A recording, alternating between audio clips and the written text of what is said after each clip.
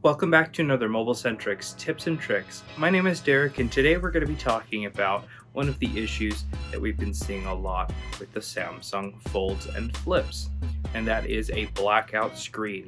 Upon boot up, everything seems to be fine.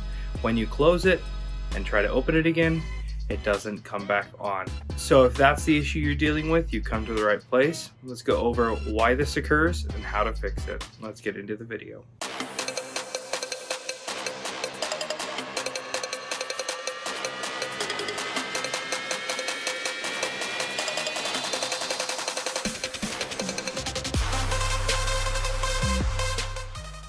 So here I've got a Samsung Galaxy Z Fold 4.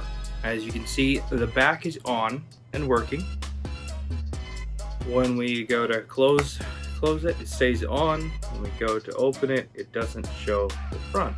And a quick test to see if there's an issue with the display or if it's just going to be a magnet issue is you can take a little magnet, and as you'll see, if I take this magnet and I move it around the frame, I will come in contact with a component that's interacting with the magnets and it will activate the screen. So here, if I close it again,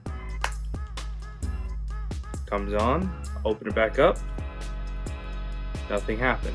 Take the magnet, on, off, on, off.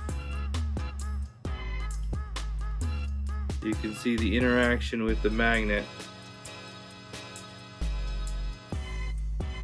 Well, let me show you how we isolate the exact area or the exact component, and then also how to fix it. Alright, so right here at the top, when we interact with the magnet, it'll allow it to come on and off. Okay, so I know that the area of concern is going to be right here because you can actually hear it interact with it. See, nowhere else up here, nowhere else down here. It's just this corner. Alright, what's happening is you've got a component here that interacts with the magnetic field, and it's calibrated to the magnets in the original frame, which means when you transfer it over to a new frame, those magnets might be slightly different, or the magnetic field might be slightly different. The solution on the Flips sometimes is adding an additional small magnet. On the Folds, however, you don't have access to the magnets. So what you need to be looking for is the position of the motherboard. For example, if I compress this area of the motherboard,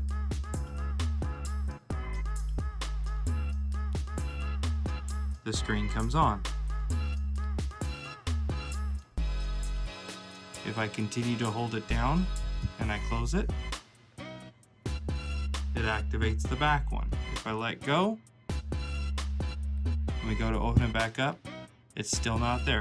So I know that basically all I have to do is make sure that this area of the logic board is screwed down tight enough, or I find a way to compress it in further to get it to work. Now, I have seen the occasion where you actually have to take the motherboard and pull it away when tightening down the screws so it doesn't get compressed so far and stop it working. So finding the sweet spot where that component interacts with the new magnet is going to be the trick.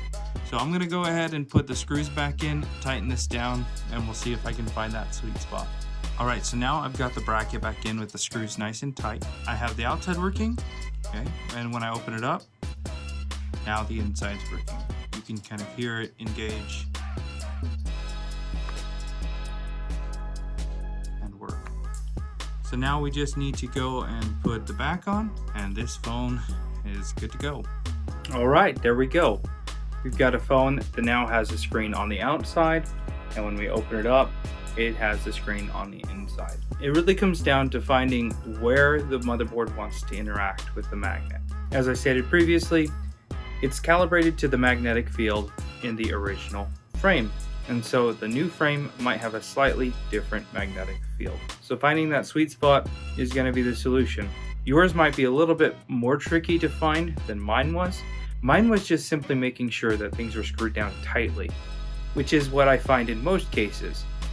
However, there have been some more extreme cases where I have to elevate the board away from being tightened down completely. Typically, we're talking about very small amounts of movement. And on devices like the Z Flip 4, adding an additional magnet to the top has solved the issues. And with the Z Flip 5, on occasion I've had to actually carve out a section of the frame because those magnets aren't exposed like on the Flip 4, and add an additional magnet inside the frame using a small Dremel to create that space. But in general, the solution that you're looking for is where does that magnet interact with the motherboard, and how do I tighten things down to keep it in place so that you have a working phone.